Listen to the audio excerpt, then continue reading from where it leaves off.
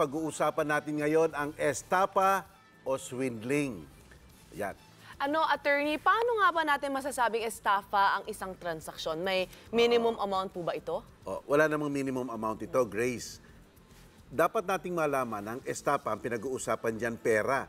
Kaya ang daing nag-aaway dyan. Salapi, pera, datong, yun ang pinag-uusapan dyan.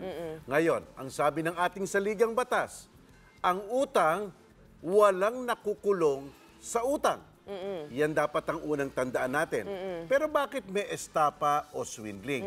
Kasi minsan nagmumula sa utang. Kamukha yung napanood natin sa TV, di ba? Nag-o-order, order. Yung pala, niloloko na at nagkaroon ng malaking utang na naghahalagang 15 o 50,000 pesos. Pero ang operative word dyan, Grace, pangloloko. Kung sa simula't simula ng transaksyon, ang layunin talaga ng isang tao sa isang transaksyon ay para mangloko, iyan ay estapa. Pero kung hindi naman mapapatunayan na sa simula pa, prior or simultaneous sa transaksyon,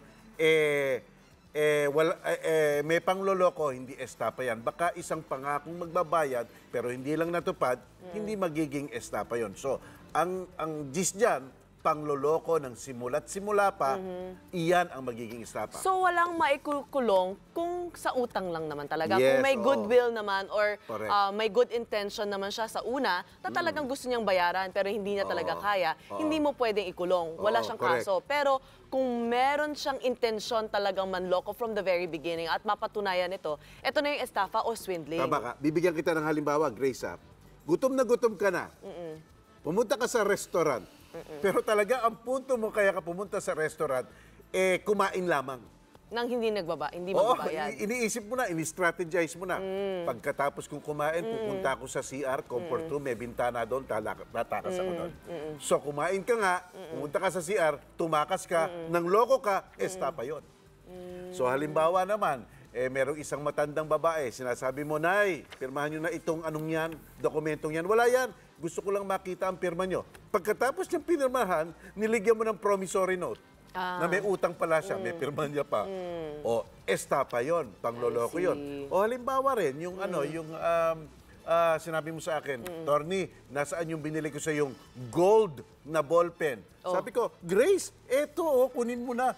Tapos, inukit mo, gold-plated lang pala. Kita mo, may pangloloko talaga. May pangloloko talaga. So, yun yung estafa, yun yung swindling. Yan ang swindling. Sa Kaya kasong ito, paano madidiin yung suspect, attorney? Wala naman siyang inisyong cheque. Wala rin naman siyang inisyu na promissory note na babayaran ko itong produktong ito. Tama.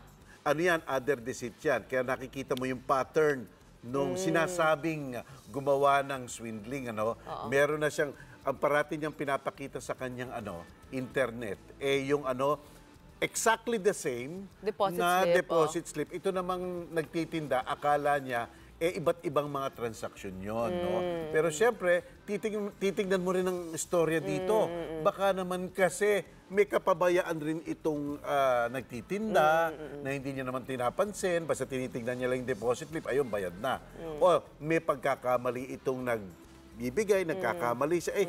Nagkamali po ako, nalalagay ko yung parehong deposit slip. So, depende sa istorya ito. Pero, tama ka, Grace, dapat mapatunayan na ang layunin ay sa simula pa o sa habang nagtatransaksyon, gusto ng mangloko. So, ngayon, nasa tayo, he said, she said. Or in this case, that girl said and this girl said. Tama ka dyan, Pero Grace. bakit yung suspect nakadetain na sa precinct? Ayan ngayon, yan. Kasi siguro meron tayong tinatawag na probable cause. Yung pinag-usapan natin, sa ganang ordinaryong tao, sa kanyang reasonableng pag-iisip, sa mga sitwasyon at ebidensyang nakalap, meron bang reasonableng konklusyon na maaari nga bang estapa to? Kung meron ganon, ayan, doon sa nakakapaghuli sila, kukuha lang sila ng warrant of arrest o kung kagagawa lamang, kaya entrapment ang tinawag.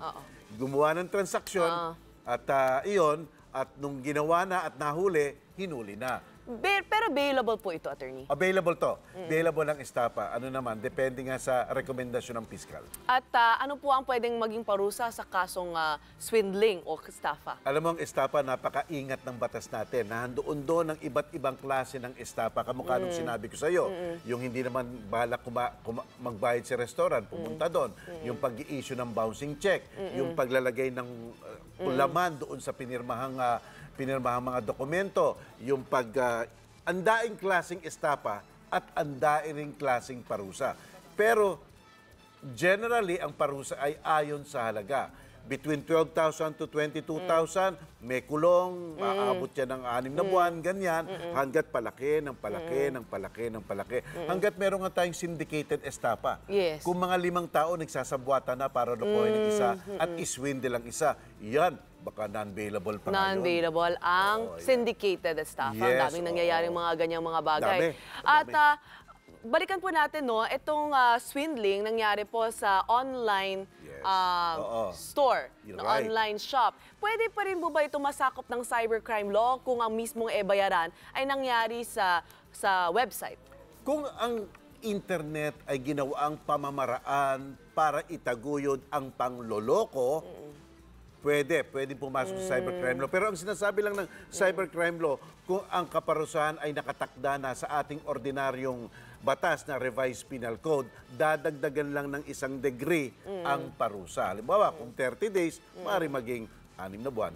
So as long as may honest will naman yung taong magbayad Yes, sa'yo, oo. kahit sabihin nating may utang, hindi pwede ito maging estafa. Correct ka dyan, Grace. Basta Kaya- intention yung pinaka-importante dito, Tama ka attorney. dyan. Tama ka dyan. Kaya ang depensa naman itong bumibili, alam niyo po, nagkamali lang talaga ako, pero talaga namang babayaran ko. As a matter of fact, nagdeposito Yes. nga ako para doon Ayun. Pwedeng may depensa naman. Kung kayo po ang naging abogado nitong suspect na ito, Oo. mukhang ano po ba, labag sa batas ang pagka-detain sa kanya? Dahil mukhang hindi entrapment ang nangyari. Oo, Ang nangyari parang yung babae nagsumbong sa pulis at humingi ng tulong. Oo. Ano ang magiging payo ninyo sa suspect if ever? Kung talagang maling entrapment yan, Yes. lahat ng ebidensyang nakalap nila dyan ay hindi pwedeng tanggapin sa isang korte. At syempre, dapat rin tignan natin ang pagpapaliwanag nung nahuli. Kaya nga due process. Baka nga kasi, alam mo, ang daling idepensa yan Yes. Alam mo kung paano kung dedepensa yan? Sasabihin ko, ikaw bang nahuli? O itong gagawin mo. Tignan natin yung bank account mo. Kasi kung may mga corresponding withdrawal in Yes. that exact amount of purchase, Yes. siguradong nagkamali lang ng paglagay sa internet kasi may corresponding. So, ang question, sino talaga ang nangloloko? Yung naghabla ba o yung hinabla? Ayan. Power of knowledge. Thank you, attorney. Salamat. Be sure to come back. Use 5 everywhere. Copyright 2016.